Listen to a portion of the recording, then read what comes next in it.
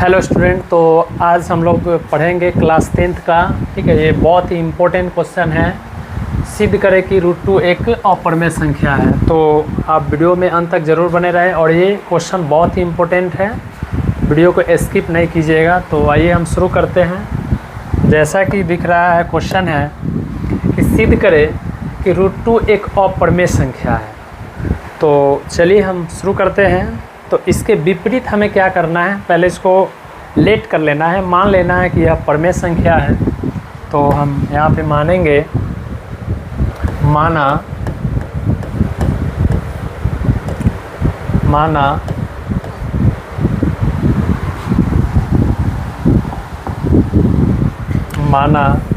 √2 एक परिमेय संख्या है, परिमेय संख्या है। ठीक है, परिमेय संख्या है। यहाँ पे इतना चीज़ हम कर लेंगे। ठीक है, माना √2 एक परिमेय संख्या है। जब हम इतना कर लिए तब हमें क्या करना है, यहाँ पे लिखना है परिमेय संख्या की परिभाषा से। अब वो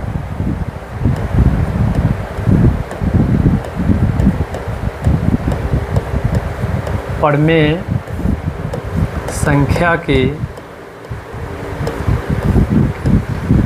परिभाषा से। तो अगर आप सब लोग पढ़े होंगे क्लास 9th में, ठीक है,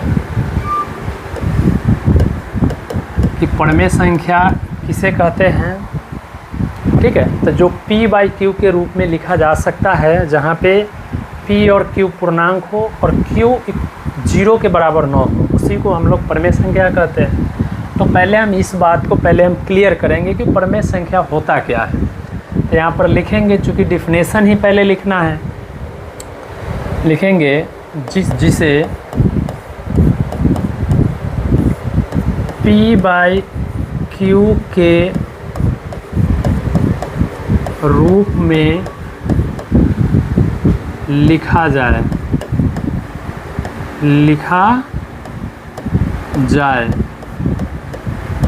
जहाँ p, q पूर्णांक हो। क्या हो? पूर्णांक हो। और एक और बात यहाँ पर लिखेंगे, q ≠ 0। ठीक है, ये हमारा परिमेय संख्या का डिफिनीशन है। ठीक है, अगर आप ये समझ गए कि परिमेय संख्या होता क्या है, उसके बाद तो इसको प्रूफ करना और ही आसान हो जाएगा। ठीक है, हम एक चीज़ और यहाँ पे ऐड कर देते हैं। ऐड क्या कर रहे हैं, लिखेंगे यहाँ पर कि p और q में, ठीक है, p और q में उभयनिष्ठ गुणनखंड,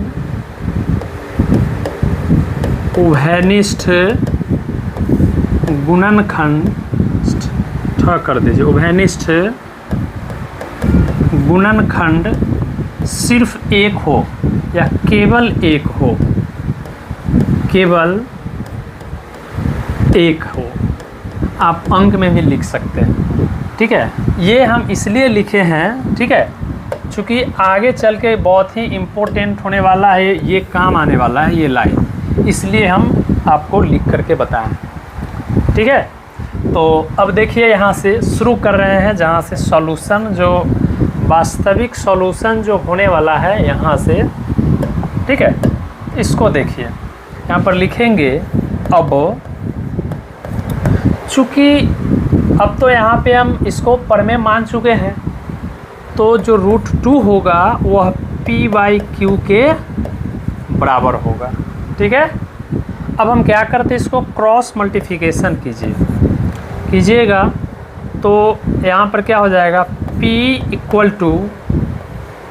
√2 यानी कि q √2 होगा। अब एक चीज़ कर दीजिए, स्क्वायर द बोथ साइड कर दीजिए। ठीक है, दोनों, अब हम क्या करेंगे, यहाँ पे लिखेंगे दोनों ओर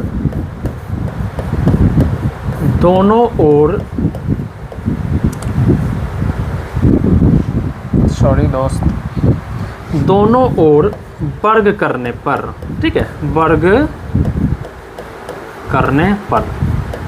अब दोनों ओर वर्ग कीजिएगा, ठीक है, तो इधर भी स्क्वायर हो जाएगा और इधर भी स्क्वायर हो जाएगा, ठीक है। चलिए हम आगे बढ़ते हैं, या थोड़ा छोटा छोटा लिख रहे हैं ताकि आप लोगों को दिख भी जाएगा। यहाँ क्या हो जाएगा, पी स्क्वायर इक्वल टू, ठीक है, 2q स्क्वायर। यहाँ से हम क्या देख रहे हैं कि दो जो है ना, ठीक है, दो या एक स्टेप लिख ही देते हैं, या p square upon 2 equal to q square. आप इसको इक्वेशन 1 ले लीजिए।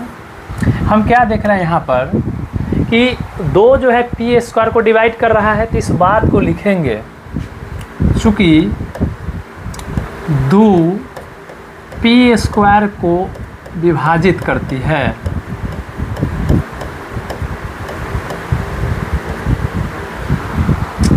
सॉरी इसको भी थोड़ा जगह कम पड़ गया है, विभाजित करती है, विभाजित करती है।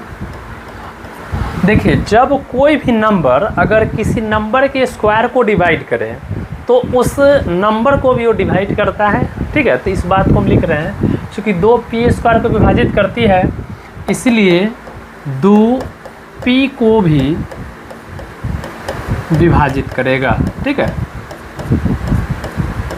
विभाजित करेगा। ये बात आप जान लीजिए कि अगर कोई भी नंबर किसी नंबर के स्क्वायर को अगर वो डिवाइड करता है तो नंबर को भी डिवाइड करेगा। हम दूसरे नंबर को भी चेक कर सकते हैं। मान लिए अगर 9 का स्क्वायर, ठीक है, 9 का स्क्वायर 81 है, अगर 3 अगर इसको डिवाइड कर रहा है, ठीक है, तो ये 3 इसको भी डिवाइड करेगा। किसी भी नंबर पे आप अप्लाई कर सकते हैं। जैसे अगर 5 का स्क्वायर 25 डिवाइडेड बाई 5, ठीक है, तब 5 इज ऑल्सो डिवाइडेड विद 5, ठीक है। अगर कोई भी नंबर अगर वो नंबर का स्क्वायर से अगर डिवाइड हो रहा है, सॉरी उस नंबर का स्क्वायर में अगर डिवाइड हो रहा है तो वो नंबर भी डिवाइड होगा, ठीक है। उम्मीद है कि आपको समझ में आ गया होगा। ये एकदम कंसेप्ट याद रखना है कि किसी भी नंबर पे अप्लाई हो सकता है बात कि कोई भी संख्या के वर्ग को अगर किसी संख्या से डिवाइड करते हैं तो वह संख्या भी डिवाइड होगा। चलिए आगे बढ़ते हैं, छोटा सा कंसेप्ट था। चलिए अब देखिए, अब हम क्या देख रहे हैं, चूँकि p को तो डिवाइड कर दिया तो अब हम क्या करेंगे, p का वैल्यू मान लेंगे। अब माना p इक्वल टू 2k, ठीक है, p इक्वल टू 2k, चूँकि 2a के फॉर्म में रहने देते हैं और दूसरा नंबर रहता तो हम 3 रहता तो 3 ले लेते, 5 रहता तो 5 ले लेते, यहाँ 2 है तो हम 2 ले लिए हैं। p इक्वल टू 2k और यहाँ लिखेंगे p के मान समीकरण 1 में रखने पर,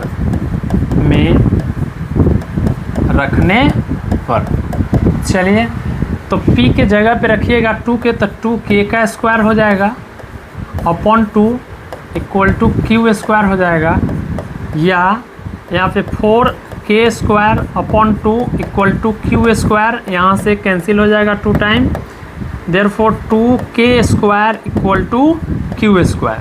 चलिए यहाँ भी हम क्या देख रहे हैं, ठीक है, इक्वेशन 2 में कि दो जो है दो पी स्क्वायर को डिवाइड कर रहा था, सॉरी क्यू स्क्वायर को डिवाइड कर रहा था। यहाँ भी क्या हो जाएगा, वही चीज़ अप्लाई होगा कि क्यू को भी डिवाइड करेगा। यहाँ पर लिखेंगे चूँकि दो क्यू स्क्वायर को विभाजित करती है, विभाजित करता है, इसलिए दो क्यू को भी विभाजित करेगा, ठीक है, विभाजित करेगा। चलिए अब हम क्या कंक्लूजन हम यहाँ पर क्या निकाल रहे हैं, ध्यान से देखिए कि P और Q दोनों को क्या किया है, 2 डिवाइड किया है, यहाँ भी किया है, थोड़ा सा आप देख लीजिए, यहाँ भी किया है डिवाइड और यहाँ भी डिवाइड किया है। लेकिन हम ये वाला जो बात यहाँ पे लिखे हैं कि P और Q का उभयनिष्ठ गुणनखंड केवल एक है, जो कि इसके विरोधाभास है। ठीक है, हमने यहाँ पे मान रहा है कि P और Q का उभयनिष्ठ गुणनखंड सिर्फ कौन है, तो एक है। लेकिन यहाँ पे हम देख रहे हैं तो 2 ऐसी नंबर आया है जो P और Q दोनों को डिवाइड कर रहा है, तो ये तो हमारे जो मान्यता है उसके खिलाफ ही है। चलिए हम अब इसको लिखना कैसे है इसको देख लीजिए। यहाँ पर लिखेंगे, चूँकि समीकरण 1 और 2 से, ठीक है, P और Q का उभयनिष्ठ गुणनखंड, ठीक है, उभयनिष्ठ गुणनखंड, उभयनिष्ठ गुणनखंड 2 है, जबकि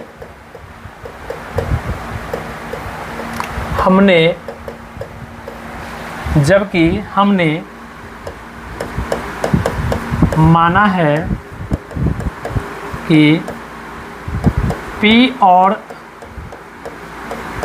Q का उभयनिष्ठ गुणनखंड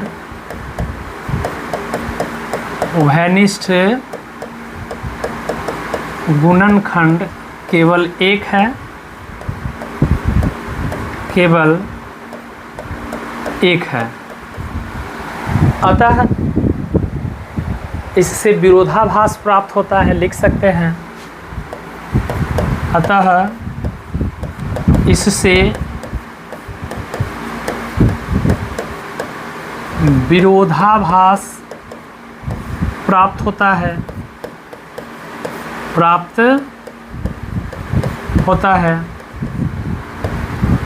अतः हमारी मान्यता गलत साबित होती है। अतः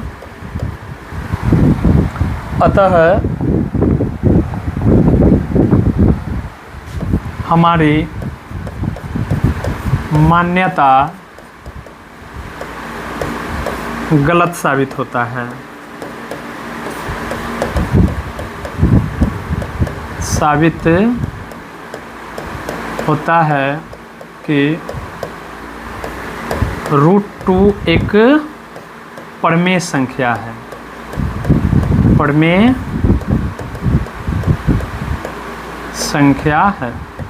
ठीक है, इस तरह से आप इसको सिद्ध कर सकते हैं। ठीक है, अब कोई भी नंबर आए अगर इस टाइप का रहे कि सिद्ध कीजिए कि √5 एक अपरमेय संख्या है, तो इसको भी उसी तरह से हम क्या करेंगे, मानेंगे कि माना, ठीक है, कि √5 एक परमेय संख्या है। अब परमेय संख्या की डिफिनेशन से हम सारी बात लिख देंगे, यहाँ तक वही बात लिखेंगे, बस यहाँ √2 की जगह पर सिर्फ √5 रखेंगे, स्क्वायर दे बोथ साइड करेंगे, आगे निकालेंगे, फिर हम P का वैल्यू मान लेंगे तो Q डिवाइड हो जाएगा। P Q दोनों को हम डिवाइड करा लिए, यहाँ उभयनिष्ठ गुणनखंड एक माने हुए हैं, तो इससे क्या होगा, विरोधाभास प्राप्त होगा।